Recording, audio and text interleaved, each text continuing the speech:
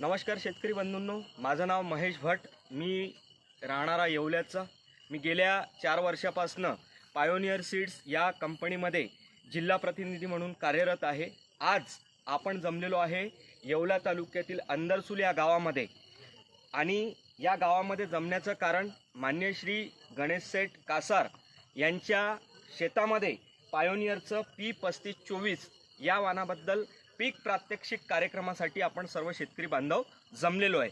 तर या ठिकाणी ज्यांनी ही P3524 वाण लावलेलं आहे आणि त्याचबरोबर इतर शेतकरी जे आपल्याबरोबर जमलेले आहे या वाणाला बघून किंवा या वाणाचं निरीक्षण केल्यानंतर त्यांना काय अनुभव आलेले आहे P3524 बद्दल हे शेतकऱ्यांकडनं आपण जाणून घेऊया. तर सर्वात प्रथम नमस्कार गणेश सेठ. नमस्कार साहेब. नमस्कार. तर आपण जे ही P3524 वाणाची लागवड केलेली आहे, ही लागवड तुम्ही कुठल्या पद्धतीने केली आणि याला काय काय नियोजन केलं आणि याच्याबद्दल तुमचे काय अनुभव आहे हे इतर शेतकऱ्यांना तुम्ही सांगावं. या पायोनियर कंपनीच्या P3524 हा जो आम्ही वाण या ठिकाणी मकाचा जो निवडला आणि त्याची जी पेरणी केली ती आम्ही ट्रॅक्टरच्या सहाय्याने पेरणी केली. पेरणीनंतर साधारणतः एक आंबवणी ज्याला म्हणतो आपण, म्हणजे दुसऱ्या पाण्याबरोबर आम्ही एक नत्राचा छोटासा हात दिला आणि त्यानंतर साधारणतः 1 महिन्यांनी तणनाशक त्याला फवारलं. तणनाशकानंतर परत एक छोटासा नत्राचा हात दिला आणि साधारणतः मका ही 2 महिन्याच्या कालावधीच्या वयाची झाल्यानंतर तिला आम्ही 10-26-26 हा एक नगण्य स्वरूपात कमी प्रमाणामध्ये खताचा हात दिला.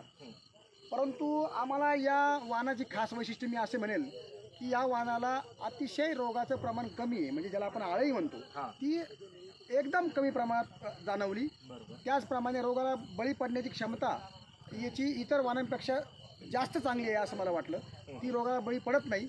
आणि त्याचप्रमाणे आज तुम्ही बघता जवळजवळ 14 ते 15 फूट उंची वाढलेली असताना सुद्धा मकाचा जो बुंदा आहे तो खूप परिपक्व आहे. कोणत्याही प्रकारचे इतक्या आता मधल्या कालच्या आठवड्यामध्ये बऱ्याच मोठ्या प्रमाणात वारं आणि पाऊस वगैरे झाला, परंतु मका कोणत्याही प्रकारची पडलेली आपल्याला दिसत नाही. 40 ते 50% मकाला 2 ठिकाणी कंस आलेले आहेत आणि दोन्ही कंसाला चांगल्या स्वरूपाचे दाणे भरलेले आहेत.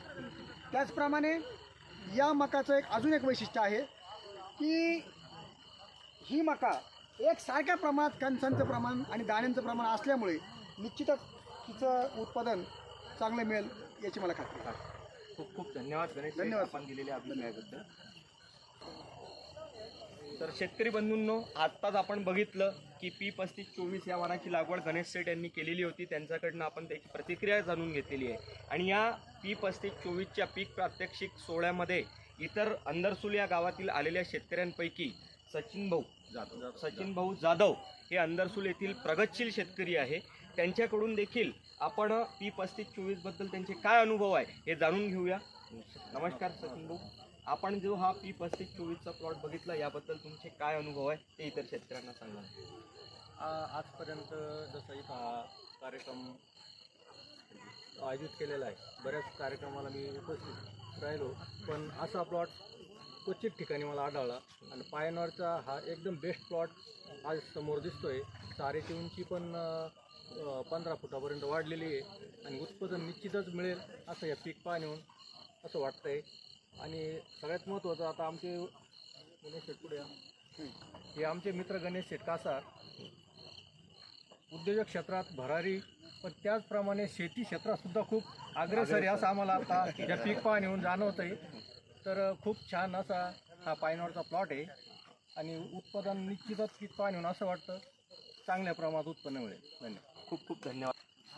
तर शेतकरी बांधवांनो, त्याचबरोबर आपल्यासोबत आहेत अंदरसूल या गावातील उज्ज्वलदादा जाधव. हे पेशाने जरी शेतकरी असले तरी यांचं शिक्षण BSc ॲग्रिकल्चर हे झालेलं आहे आणि गेल्या बऱ्याच वर्षापासून ते शेती या उद्योगात कार्यरत आहे आणि प्रगतशील शेतकरी म्हणून संपूर्ण अंदरसूल गावामध्ये ओळखले जातात. त्यांच्याकडून देखील आपण जाणून घेऊया की या P3524 वाणाबद्दल त्यांना काय अनुभव आलेले आहे. नमस्कार दादा. आपले अनुभव इतर शेतकऱ्यांना आपण सांगाल.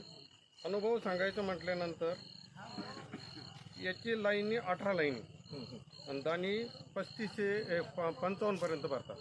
तर बाकीच्या ज्या व्हरायटीला एवढे दाणे नसतात. आणि याचं सिलिंग पर्सेंट म्हणता ना तुम्ही त्याला, याचं सिलिंग पर्सेंट जो ठुसा बारीक असल्यामुळे नक्कीच सिलिंग पर्सेंट जास्त येणार आहे. हे उत्पन्न भरघोस उत्पन्न निघणार आहे यावर. आणि याच्यात तुम्हाला जे उभं राहण्याची क्षमता किंवा बाकी रोगाचं किडीचं प्रमाण कसं वाटतंय? रोगाचं किडीचं गणेश शेटने सांगितल्यानुसार त्यांचं आता या वर्ष असं आहे का रोगाचं प्रमाण खूप आहे, किडीचं प्रमाण खूप आहे, पण इथं अजिबात दिसत, कारण पानाला ओल वगैरे काहीच दिसत नाही. त्याच्यामुळं असं वाटतं की रोगाचं आणि किडीचं प्रमाण सुद्धा कमी आहे. एकच स्प्रे घातला फक्त, एकच स्प्रे घातला. एकच चालेल. खूप खूप धन्यवाद दादा आपण दिलेल्या प्रतिक्रिया